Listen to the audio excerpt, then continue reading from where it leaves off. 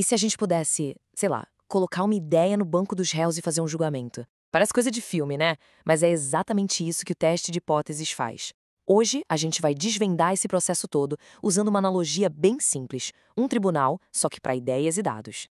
Para começar, vamos pensar num caso bem prático. Imagina só, uma empresa lança um fertilizante novo, prometendo que as colheitas vão ser muito maiores. A promessa é ótima, claro. Mas como é que a gente separa o que é só marketing do que funciona de verdade? Como é que a gente usa as evidências para tomar uma decisão? É exatamente para isso que serve o teste de hipóteses. Ele nos dá um método, um processo formal para a gente julgar essas novas alegações. Então, sejam bem-vindos ao Tribunal da Estatística. Bom, como em todo julgamento que se preze, a gente precisa de dois lados, a acusação e a defesa. No nosso tribunal estatístico, quem faz esses papéis são as hipóteses. O primeiro personagem aqui é a hipótese nula, que a gente chama de H0. Pensa nela como réu.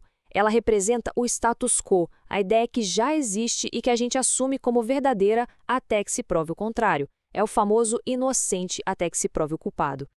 Voltando ao nosso caso do fertilizante, a hipótese nula seria bem direta. Olha, esse fertilizante novo aí não faz diferença nenhuma. O julgamento começa partindo do princípio de que nada mudou, de que o produto, estatisticamente falando, não tem efeito. Do outro lado do ringue, a gente tem a hipótese alternativa. Ela é a promotoria.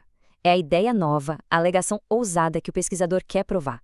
Ela precisa de evidências fortes para convencer o júri. Então, o cenário está montado. De um lado, o réu, a hipótese nula, presumida inocente. Do outro, a promotoria, a hipótese alternativa, que chega com uma nova alegação e tem o trabalho de provar o seu ponto. Ok, já temos a defesa e a acusação. Agora, todo tribunal precisa de regras claras, certo? E uma das regras mais importantes é definir o padrão de dúvida e entender que sempre existe o risco de tomar a decisão errada. Pois é, assim como num tribunal de verdade, o nosso tribunal estatístico também pode cometer erros.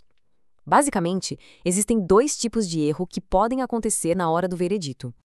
E olha só, esses erros não têm o mesmo peso. O erro tipo 1 é como condenar uma pessoa inocente. É quando a gente rejeita a hipótese nula, o status quo, quando na verdade ela era correta. E convenhamos, esse é considerado o erro mais grave que um tribunal pode cometer. Já o erro tipo 2 é o oposto, é como deixar um culpado escapar. Para controlar esse risco de condenar um inocente, o tribunal define um padrão de prova bem rigoroso. Na estatística, a gente chama isso de nível de significância, ou alfa. Basicamente, é a chance máxima que a gente está disposto a correr de cometer um erro tipo 1. Um valor super comum para esse alfa, usado em muitas pesquisas, é de 5%. O que isso quer dizer? Quer dizer que os pesquisadores aceitam uma chance de 1 em 20 de estarem errados ao rejeitar a hipótese nula. É o nosso nível de dúvida razoável para esse julgamento. Muito bem, já temos os lados da disputa, já temos as regras do jogo. Chegou a hora de chamar as testemunhas. Ou melhor, de analisar as evidências para chegar a um veredito. E o processo todo segue uma lógica, uma sequência.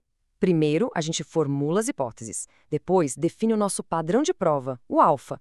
Aí a gente vai a campo coletar os dados, as evidências. Com os dados na mão, a gente pesa essa evidência e, finalmente, dá o veredito. E toda essa evidência que a gente coleta é resumida em um único número, um número muito poderoso, o valor P, ou P-valor. Ele basicamente responde a uma pergunta crucial. Se o réu, a hipótese nula, fosse mesmo inocente, qual seria a chance da gente encontrar essa evidência que a gente encontrou só por puro acaso?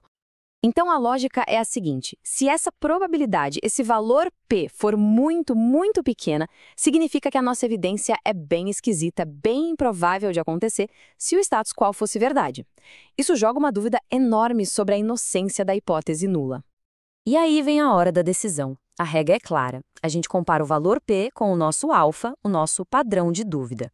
Se o P-valor for menor ou igual ao alfa, a evidência é forte demais para ser coincidência. O veredito, culpado, ou melhor, rejeitamos a hipótese nula. Agora um ponto super importante. Se o P-valor for maior que o alfa, a gente falha em rejeitar a hipótese nula. Percebe a sutileza? A gente não diz que ela é verdadeira. A gente só diz que a promotoria não conseguiu juntar provas suficientes para condenar. É uma absolvição por falta de provas, não uma declaração de inocência. E isso nos leva à grande lição daqui.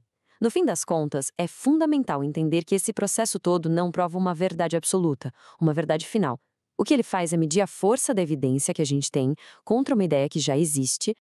E isso deixa a gente com uma pergunta para pensar. Com base em tudo que a gente viu, se um estudo não encontra um resultado estatisticamente significante, o que isso realmente quer dizer? Significa que a ideia foi derrubada para sempre? Ou só que a evidência, naquele momento, não foi forte o bastante? Fica aí a reflexão.